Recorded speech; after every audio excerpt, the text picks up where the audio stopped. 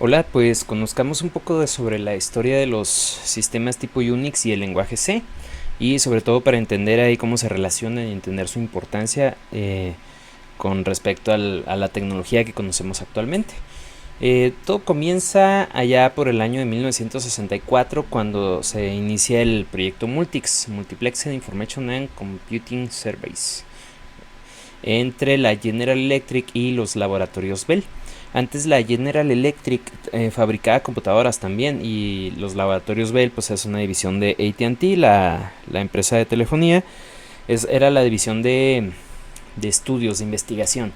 Entonces lo que pasa es que actualmente, o sea, ahorita nos cuesta un poquito de trabajo entender cómo todas las necesidades o las carencias que se tenía antes. Ahorita nosotros contamos con la nube, con celulares y demás, o sea, siempre estamos conectados a internet, y todos tenemos al menos uno o dos dispositivos de cómputo en casa. O sea, con eso me refiero a que traes un celular que en sí es una computadora, un smartphone, y tienes tu laptop, y a veces tienes la computadora de escritorio. O sea, ahorita las computadoras son algo cotidiano en nuestra vida, pero antes eso no existía. ¿Qué existía? Existían máquinas enormes, como las que se ven ahí en la foto, que costaban millones y millones de dólares, y hubo un tiempo en el que nada más 5 compañías en el mundo podían tener una de esas. Y tenían nomás una, porque eran impresionantemente caras. Y, y bueno, pues así las cosas. Entonces el proyecto Multics lo que pretendía era tener una computadora de esas gigantescas, y que varios clientes pudieran conectarse mediante terminales tontas a esas computadoras. ¿Por qué? Porque antes, si querías usar la computadora, literalmente tenías que apartar cita para ir a usar la computadora, y si se te acaba tu tiempo, pues ya, bye. Tenías que apartar una cita de nuevo. Entonces era muy complicado. Entonces lo que querían ellos era pues hacer que muchas personas a la vez pudieran usar la computadora, y así aprovechar la inversión que la empresa había realizado. Así pues, en el 69 pues el proyecto ya es abandonado por los laboratorios Bell, pero sienta las bases teóricas que van a ser utilizadas después para el sistema Unix.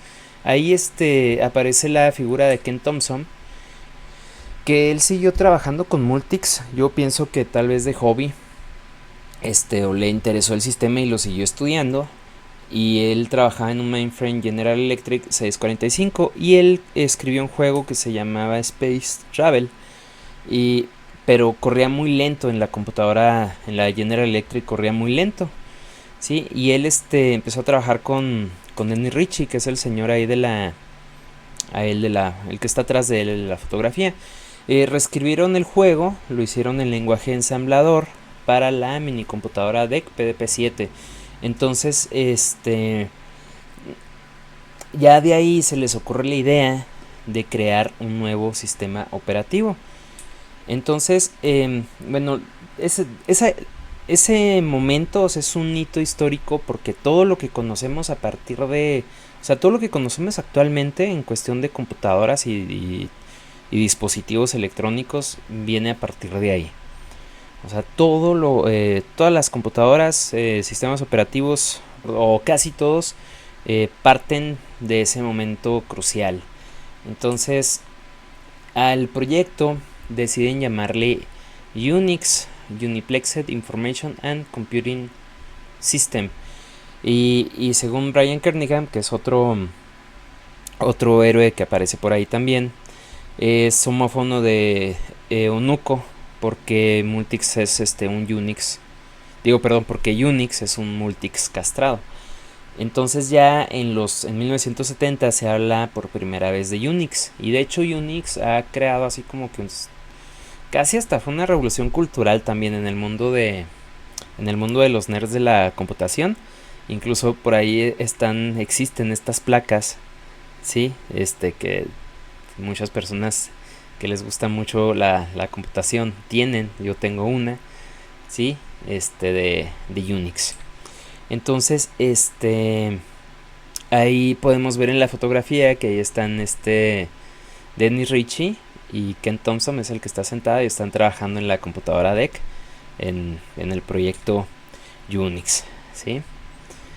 Entonces, Cuando ellos están trabajando con Unix, se dan cuenta que no existe un lenguaje de programación que les ayude a hacer lo que ellos realmente querían. Entonces parten de decir, bueno, ¿sabes qué? Vamos a escribir un nuevo lenguaje de programación para lo que nosotros necesitamos. Entonces, para poder reescribir Unix, crearon lenguaje C, porque el lenguaje C ofrece unas características que ningún otro lenguaje de aquel tiempo, y yo creo que ningún otro lenguaje actualmente ofrece, y que son muy especiales para programación de sistemas operativos.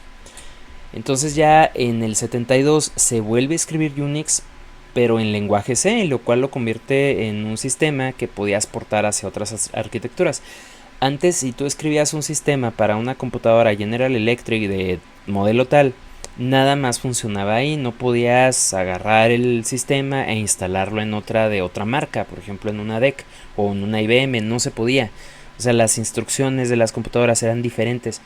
Entonces, lo que hace el lenguaje C es que tú puedas compilar el código fuente sin cambios prácticamente en cualquier arquitectura. Entonces eso fue, en su momento fue una gran revolución que se la debemos al lenguaje C.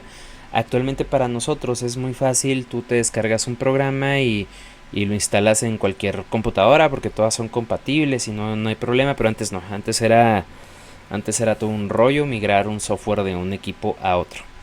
Entonces Unix se populariza por las características que tiene, y empieza a circular en muchas universidades. Una de ellas pues la Universidad de Berkeley en California. También estaba el MIT y otros, ¿no? También en Europa. Entonces en el 83 surge Unix System 5. Lo que pasa es que cuando Denny Ritchie bueno, también Brian Kernighan y Thompson, Ken Thompson, hacen el sistema, AT&T no le ve valor comercial, o sea, les dice como que, ok, pues está chido, pero pues no nos interesa, hagan con él lo que quieran. Entonces lo empiezan a compartir entre diferentes universidades y centros de investigación y demás, y es cuando se vuelve tan popular. Pero en este año, cuando surge Unix System 5, AT&T lo comienza a utilizar en sus terminales, en sus conmutadores, o sea, en los sistemas que hacían el enlace de las llamadas de larga distancia y demás, lo empiezan a usar ahí y se dan cuenta del enorme potencial que tiene el sistema, o sea, de su enorme potencia, y ya le empiezan a ver un valor comercial. Por lo tanto cierran el código y ya no permitían que la gente lo estudiara.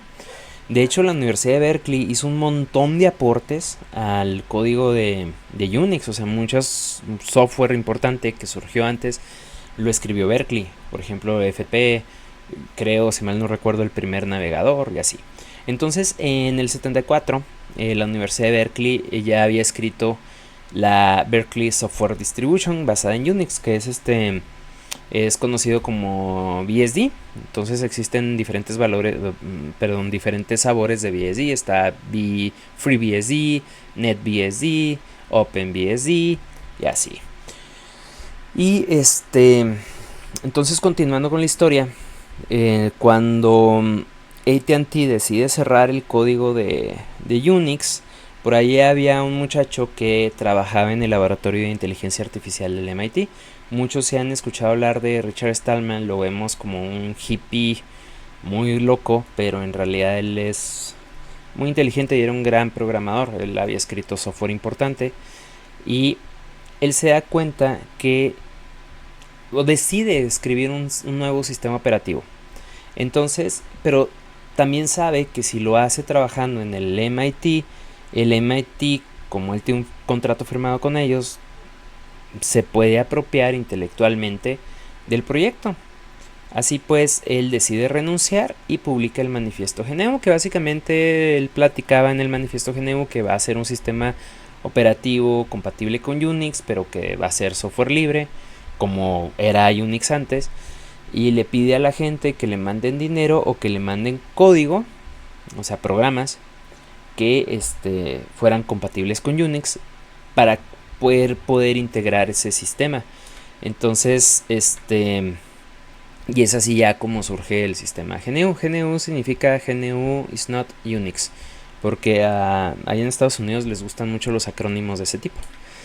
Entonces ya para el 91 el proyecto ya había sido todo un éxito, pero faltaba un núcleo, faltaba el kernel. El kernel pues es el corazón del sistema operativo, y sin ese la computadora simplemente no funciona.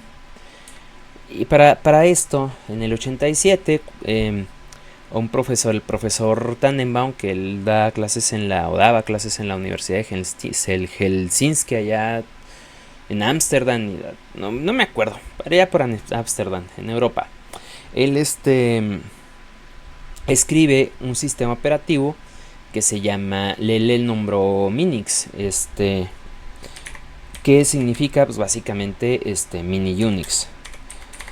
Y de hecho ahorita estoy buscando a ver si me parece en qué universidad daba clases el profesor Daneman. Me parece que en Holanda, pero no me acuerdo. Entonces, bueno, él, hablando de este señor, se licenció en el MIT, nació en Nueva York, estudió en el Instituto Tecnológico de Massachusetts. De hecho, él se licenció en física. Es más, aquí lo voy a poner. Epa. Ella deja. Ándale, está. Como dice aquí, pues se licenció en física en el Instituto Tecnológico de Massachusetts, y en el 71 consiguió el doctorado en física. Y luego se fue a los Países Bajos para vivir con su esposa, y es profesor de arquitectura de ordenadores y sistemas operativos en la Universidad Libre de Ámsterdam. Entonces sí andaba más o menos bien. Y para mí esto es nuevo, saber que el profesor Tannenbaum, que es el amo de los sistemas operativos, él es licenciado en física. Entonces, ¿él qué hace? Bueno, él utilizaba el código de Unix para dar sus clases, y Unix pues empezó a crecer mucho como sistema operativo, se volvió muy complejo, entonces ya no era viable didácticamente. Entonces él escribió una versión reducida de Unix, mini Unix, con propósitos didácticos. Y este señor pues ha publicado un montón de libros de sistemas operativos, de redes, sistemas operativos distribuidos, etcétera. O sea, este señor es un genio al cual le debemos muchísimo. Entonces, ¿qué tiene que ver Minix en todo esto? Pues en 1991 Linus Torvalds, él en Finlandia, escribe un kernel y lo publica bajo licencia GPL. O sea, escribe un kernel basado en Unix. O sea, es un kernel compatible con Unix. Entonces esto le viene muy bien al proyecto GNU.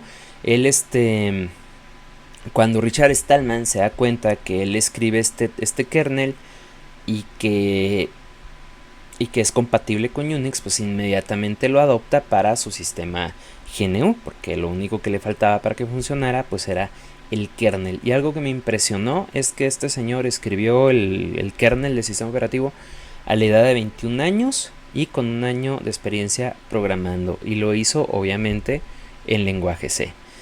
Y algo ahí, pues la controversia es que el Tannenbaum dice que Linux está basado en Minix. Y bueno, pues todos son sistemas operativos tipo Unix. Minix es monolítico, Linux es monolítico y así. Bueno, antes era monolítico, ahorita no tanto, pero en fin. La cosa es que está la controversia. Él dice que Linux está basado en Minix y así. Entonces, bueno, cuando ya se incorpora el kernel de Linux al sistema GNU de Richard Stallman, que aquí ya lo vemos ya un poquito más loco, surge el sistema GNU Linux. Otra cosa importante que había que comentar es que los sistemas tipo Unix funcionaban en arquitecturas de mini ordenador o de mainframe, así. Y el Linux estaba hecho para computadoras personales, para arquitecturas 386, o sea, para PC, vaya. Entonces eso hizo que muchas personas que eran entusiastas de Unix pudieran utilizar un sistema tipo Unix y aprenderlo en su computadora personal de la casa. Entonces fue una gran revolución en aquel momento el poder acceder a Unix pero con tu computadora personal. Y ya, pues vamos a cambiarnos un poquito de rumbo, vámonos de regreso a California. ¿Y qué pasa? ¿Qué pasa en una famosa cochera? Pues que todo el mundo le atribuye la creación de las Mac a este señor de aquí, pero no fue Steve Jobs, fue Steve Wozniak. Estos dos eran amigos, pero Wozniak era el genio de la electrónica. Wozniak trabajaba en Hewlett Packard y él, por hobby, literalmente diseñó una computadora que en su momento fue revolucionaria, le llamaron la Apple One. Cuenta la leyenda que esta manzana mordida es en honor a Alan Turing. Y bueno, pues él en Hewlett Packard les presenta el proyecto porque pues igual él había firmado un contrato y pues toda la creación intelectual pues pasaba a ser parte de la empresa. Y en Hewlett Packard le dicen que pues no les interesa, o sea, que ellos fabrican impresoras y que se puede llevar su juguete a donde él quiera. Así pues, Steve Jobs le dice, oye, pues vamos a venderlas. Entonces Steve Jobs, el negociante, y Steve Wozniak, el genio, crean la empresa Apple. Sí, nomás que eventualmente Wozniak se va, no soporta trabajar con Steve Jobs, que era una persona muy conflictiva, y eventualmente en el 85 corren a Steve Jobs. Entonces Steve Jobs se va a trabajar, bueno, él crea una empresa que se llama Next, que eran unas computadoras dedicadas a la educación, o sea, era hardware, o sea, sistemas educativos, computadoras para escuelas, y basadas en Unix.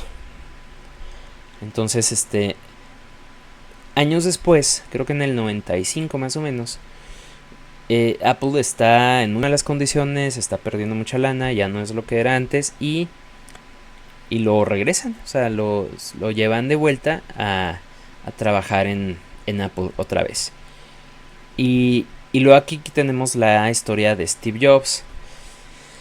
Steve Jobs tenía una empresa chiquita que se llamaba Microsoft y realmente por eso se llamaba Microsoft, porque ellos hacían software chiquito. Entonces en 1980 firman uno de los contratos más famosos de la historia de la computación, que es cuando le licencian un sistema que se llama MS2 a IBM. Los de IBM no consideran que el software sea un negocio viable, así que no tienen problemas con licenciar o comprar la licencia de MS2 a Microsoft. O sea, por cada computadora con IBM, por cada PC que ellos vendían, creo que le iban a dar como $5 o algo así, no me acuerdo, a Microsoft. Pero aparte Microsoft se reservaba el derecho de vender su sistema operativo a otras compañías. IBM en aquel tiempo se sentía muy grande, muy poderoso y no le importó. Y por aquella década empiezan a surgir un montón de clones de la PC y todos con MS2 instalado. Entonces ese fue el negociazo que hizo Microsoft y fue lo que llevó a que Steve Jobs se volviera el hombre más rico del mundo, y igual sus compañeros también se hicieron muy muy ricos y así, ¿sale? Entonces por otro lado, pues mientras IBM con el sistema MS2 estaba instalado en la mayoría de las computadoras personales, por otro lado, el dúo dinámico de GNU Linux estaba dominando en el mundo del Internet. O sea, la mayoría de los servidores actualmente corren sobre sistemas basados en Linux. En GNU Linux, pues. Muy fácil, porque eran gratis. Entonces muchos empresarios, muchos emprendedores, como por ejemplo Jeff Bezos de Amazon, su primer servidor que tenía ahí en su casa para vender libros corría con Linux, y entonces el GNU Linux fue lo que le dio forma al Internet como existe actualmente. Entonces mientras la cuota del mercado era predominantemente para Microsoft, una porción para Apple, Internet era dominado, por decirlo así, por Linux. Y luego después Linux pues se implantó en los sistemas Android, que pues, la gran mayoría de los teléfonos van a tener Android. Y y pasa, ¿no? Entonces Steve Jobs ya abandona Microsoft, llega este señor cuyo nombre no me acuerdo, y dejan de ser, o sea, antes Microsoft y Linux eran, o sea, archirrivales, y de repente ya Microsoft entiende que el software libre es el futuro y se convierte en uno de los principales inversionistas en la fundación de Linux. Hay una fundación que es, pues, es el que se encarga que el kernel se siga actualizando y demás, y Microsoft se convierte junto con IBM de entre las empresas que más dinero invierten en Linux.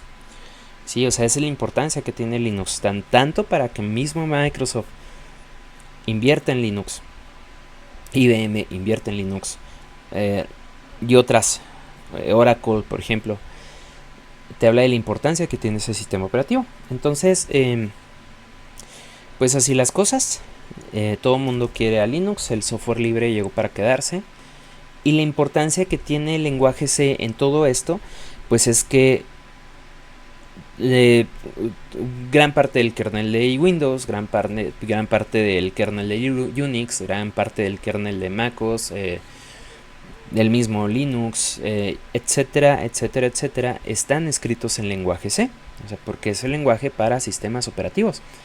Ya el lenguaje C pues obviamente comparte su cuota con un montón de lenguajes que son para otras cosas, pero si tú escribes un lenguaje, un sistema operativo, muy probablemente vas a utilizar C o C++. Si escribes un driver para una impresora, por ejemplo, o un controlador o la computadora de tu carro, seguramente está programada en lenguaje C. Los termostatos inteligentes están programados en C++ o en C, así. Entonces, aquí por ejemplo tengo esta gráfica que descargué el día de hoy, o sea, hoy estamos 15 de agosto, es a la hora que estoy grabando este video, y aquí estoy viendo en el índice TIOBE cuáles son los lenguajes más populares. Entonces, C está a la cabeza. Python ha sido un lenguaje que en su popularidad ha crecido muchísimo, pero el lenguaje C de hasta ahorita es siempre se ha mantenido entre los primeros 3 lugares desde hace muchísimo tiempo, muchos años. Otra cosa importante es que si te fijas, los que están en tercero, cuarto y quinto lugar son Java, C++ y C Sharp. O sea, aquí el nombre lo dice todo, ¿no? O sea, son lenguajes que están basados en lenguaje C. Y al igual Java también está basada en lenguaje C. Su sintaxis es muy parecida. ¿A qué queremos llegar con esto? Que el lenguaje C es tiene una importancia histórica enorme, porque el lenguaje C es el lenguaje que le dio forma a todo lo que conocemos, o sea, en cuestión de tecnología. Las computadoras funcionan como funcionan actualmente gracias al lenguaje C. Y si tú aprendes lenguaje C, es muy fácil que puedas aprender cualquier otro lenguaje. Por ejemplo, Python es un lenguaje bueno, es fácil de aprender, pero la analogía es esta: Python es como un coche automático, ¿sí? Y el lenguaje C es como un coche estándar, donde tienes que meter los cambios manualmente. Entonces, ¿qué pasa? Si tú aprendes, y eso ustedes lo podrán saber, si tú aprendes a manejar en un vehículo automático, cuando quieres irte a un coche estándar, no puedes. Es muy complicado que lo aprendas, tienes que volver a aprender todo. En cambio, si tú aprendes a manejar en un coche manual y agarras un coche automático, pues el cambio es transparente, no batallas nada, y pasa lo mismo. La recomendación de la ACM cuando vas a aprender a programar es que tu primer lenguaje de programación debe ser lenguaje C, para que a partir de ahí puedas aprender cualquier otro lenguaje. Entonces, lenguaje C es hasta ahorita sumamente utilizado en cosas importantes, en sistemas operativos, drivers, chips, sistemas embebidos y demás. Y pues los demás los puedes aprender fácilmente si es que aprendes bien lenguaje C. Y ahí la historia donde los sistemas Unix o los sistemas tipo Unix son los sistemas preponderantes en el mercado, ¿sí? ¿Por qué? Porque si tú utilizas una computadora Mac, Bueno, pues el sistema macOS está basado en Unix. Si tú utilizas un celular con Android, pues el kernel que utiliza es kernel Linux, que está basado en Unix y programado en C. Em, si tú utilizas Windows, Windows es así como que el punto y aparte, porque todos los sistemas son compatibles y muy parecidos entre sí. BSD, Solaris, Oracle, etcétera, se basan sus sistemas en el estándar de POSIX, que es vaya, son sistemas tipo Unix. Yo, por ejemplo, como soy usuario de Linux y de Mac, y para mí el cambio es transparente, o sea, los comandos son los mismos, o sea, son sistemas totalmente compatibles o muy parecidos entre sí. Windows es algo muy aparte. Entonces, importante aprender Unix, o sea, o si algún sistema tipo Unix como Linux, que es gratis, lo puedes conseguir y descargar e instalar fácilmente.